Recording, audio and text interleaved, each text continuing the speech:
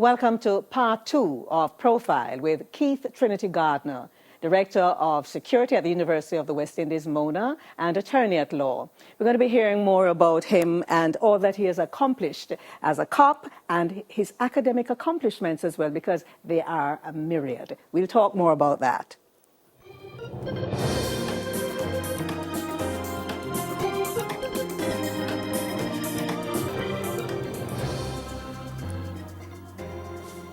I'm sitting here looking at you and wondering, why would anybody who's been shot at once, twice, 3 times, hang around to be shot at a 4th and a 5th time? But perhaps you could tell me in about a minute the occasion. So we know that the first one, you're a young cop. It happened outside of the Hunts Bay police station. So what was the second one? Well, before I go into that, I'd like to say that it seems to me that policing and that kind of policing was my heaven's crown of thorns, right? Because it seems that my constant companions were death and the acrid scent of gun smoke, being shot so many times, and especially after being shot in the face for years. You know, it was just a smell of gun smoke. But the other occasions were in Warwicker Hills, on Bay Farm Road, and Spanish. We did mention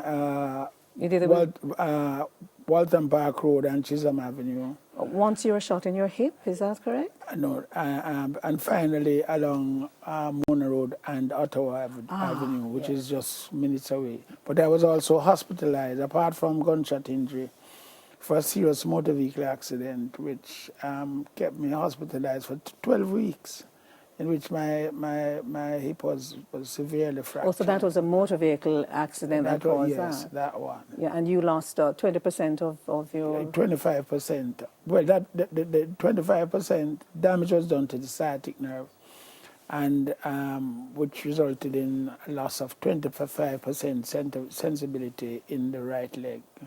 So you see me walking with a slight or a pronounced... you know that. Yeah, the little drag, You know that something is wrong there. Did you ever consider becoming Commissioner of Police? Yes, I have those ambitions, but those were dashed in 2007, when the position was advertised, and I, along with so many others, responded to the request for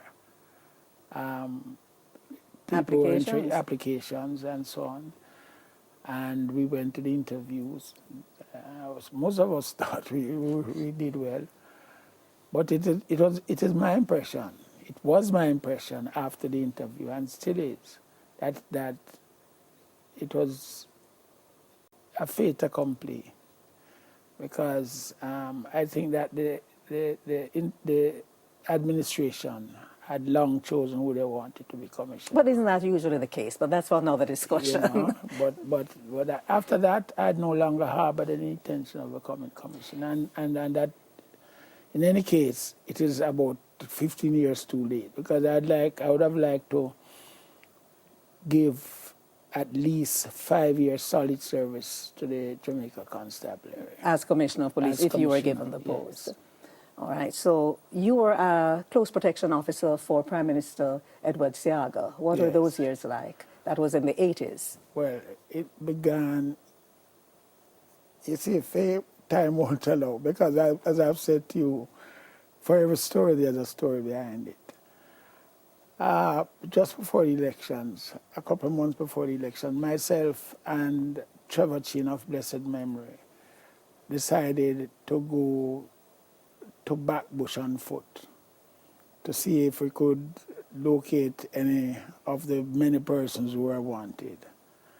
And we went through Backbush and was coming down through this road onto Mountain View Avenue, and happened upon this fellow who searched and found a brand new Lama Star pistol with 4 pockets full of a brand new 9mm rounds. And he took us to where he had gotten them. And it turned out that the place that he took us was the house of a very influential politician. And within 4 days after going there and arresting this man, I was transferred to Montego Bay. 4 days. That was the first force orders signed by William Bill Bowes, the commissioner who had taken over from Desmond Campbell. So politics had taken me to Montego Bay, and I had said to myself, for every force is an equal or greater resultant force, right? So the position came up for a security officer for Mr. Edward Siaga, and I grasped it. I hear that you were a Labourite while you took it. Well, that was the impression of most persons, but I'm sure that most Labourites would not agree with you. Honestly speaking, I'm a political orphan. See, when Labour Party comes into power, there's all sort of argument. How could you have gotten 5 promotions under the PNP if you weren't supporting them? Hang on a moment, you got 5 promotions under the PNP?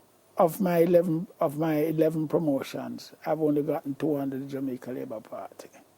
Right? That does not make me a supporter of the People's National Party. I will vote PNP if and when I think that it is a good thing to do. I'll vote for the Jamaica Labour Party if and when I think that is the appropriate thing to do. It is based on policies and programs, right? And their simple ability to do the very simple things like picking up your garbage on time, keeping your roads clean, providing you with clean running water, right? Looking after the interests of, be gender sensitive, and things like that. So you were not a political cop? But I was never a political cop. The thing about it that when I supported Siaga and he had his run-ins with the different gangs of this and gangs of that, it sort of transferred itself on you as his close protection officer, because there are people who feel that Trinity slept under Siaga's bed, right? So it makes no sense in trying to argue that you're not a Labourite, so to speak. But the thing is, when Labour Party comes into power, you're a PNP, right? And when the PNP comes into power, you're a Labourite. So I never get into conversations like that. Whatever they want to think, leave them to their own. So be it. I'm going to name 3 prime ministers and just use a short sentence. Don't go sentence. there, Faye, I beg you. Don't go there? My favorite prime minister is P.J. Patterson. Why? Because he listens. He's a man of humor. He has a smile whenever he does smile that is infectious, right? And he's appreciative of hard work. So what about Michael Manley? How you Very feel about good. him? He's all right. We've had our rough run-ins. He transferred me a couple of times. Once when I was suffering from bronchial pneumonia in bed, it was alleged that I had fired shots while he was touring Mirage Lands in Trenchtown, which was completely fictitious. And he was acting on the advice of his supporters. Fortunately, I was seen by a police doctor who testified to the fact that I was actually sick in the manner that he prescribed. And it was realized that Mr. Manley had erred. The result of that was that I was not only the transfer to Manchester was not only cancelled, but I was promoted, appointed detective, promoted acting corporal, and transferred to Kingston Eastern with Bull Bay in bracket. And Bull Bay was one of the most serious crime-ridden areas at the time. But I survived. And you seem to have developed a very good relationship with Mr. Manley. But I developed an extremely good relationship with If you had Michael one word Manley. to describe Mr. Manley, what would it be? Caring. And that was 2. You're not going to comment on the 3rd? On the 3rd Prime Minister? Yeah. I stop at 2.